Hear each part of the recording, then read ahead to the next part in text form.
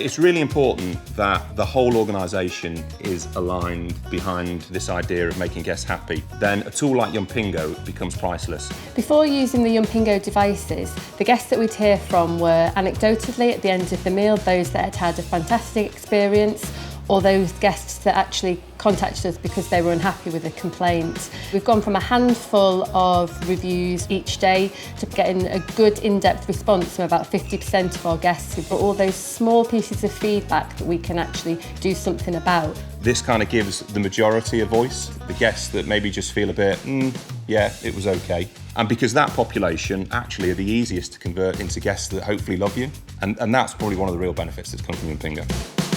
We work really hard with Yumpingo to make sure that the devices represented us as a brand, they fitted in with our menus, they fitted in with our environment. They're really quick to use. Guests find them cool, they find them interactive. We just put the receipt in here and we just give them it on the table and just explain that it's a little 1-minute review just to say how their journey went with us today. And they're more than happy to do it because it's no writing down, you don't have to force them to give any details, and it is anonymous.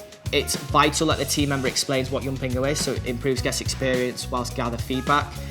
The guests can review what they've had based on their visit.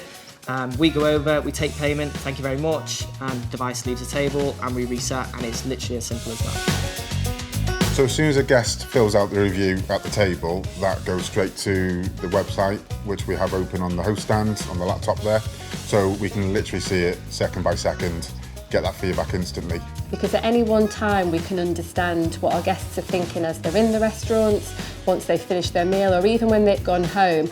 We can see trends on a day-to-day basis, we can see trends from individual restaurants, and we can also look at it over the course of a week, which just means that we can really target and identify any of those small changes that we need to make instantly, or ones that we can capture, monitor over time and make more longer strategic decisions from.